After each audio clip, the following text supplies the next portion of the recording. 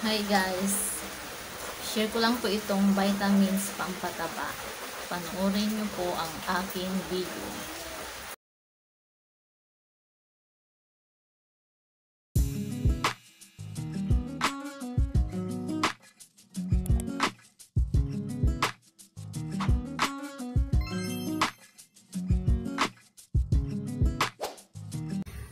Ayan guys, share ko po sa inyo kung ano po yung magandang vitamins na pampataba. Bago ko po umpisahan, papakita ko po sa inyo ang aking picture noon nung ako po ay payat pa. Ayan po. At ito pa, kasama ko ang aking mga anak. Diba guys, sobrang payat ko, pangit tingnan. Yung bigat ko lang po dyan ay 37 kilos. Sobrang gaan, diba? Kaya noon, nung ako po ay payat pa, paglalabas pa ako ng bahay, sabi nila, bakit ang payat-payat mo? Sabi nila, hindi ka na ba kumakain? Sabi nila sa akin. Pagkatapos, ganun po, pag may nakakakita sa akin, ganun po yung mga sinasabi nila. Siyempre,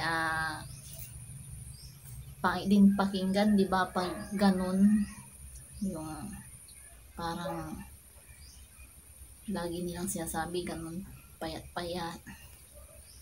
Kaya nag-try po ako ng vitamins noon. Baka sakaling magkalaman po ako. Dalawang vitamins po yung tinik ko noon eh. Pero hindi ko po nahiyang yun ng vitamins na yun. Hindi pa ako tumaba sa mga vitamins na yun na na-try ko noon. Nagtanong po ako sa pharmacy. Sinubukan ko pong nagtanong, sabi nila po sa akin, try ko daw po itong vitamins na ito. Kung effective nga ba sa akin. Ito po yung vitamins ko. Yan.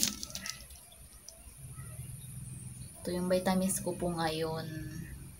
Apat na taon na po akong nagtitik ng vitamins na ito. Dito po ako nahiyang nagkalaman po ako. Bagay po ito sa mga laging napupuyat, pampaganda ng tulog, pampagana ng kain.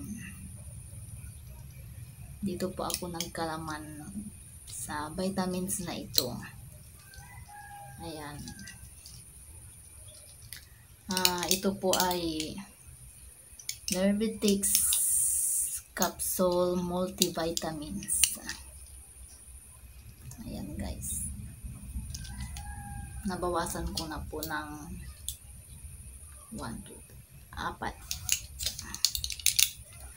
Ito po ay mabibili sa pharmacy. Ang isa po nitong piraso ay 12 pesos.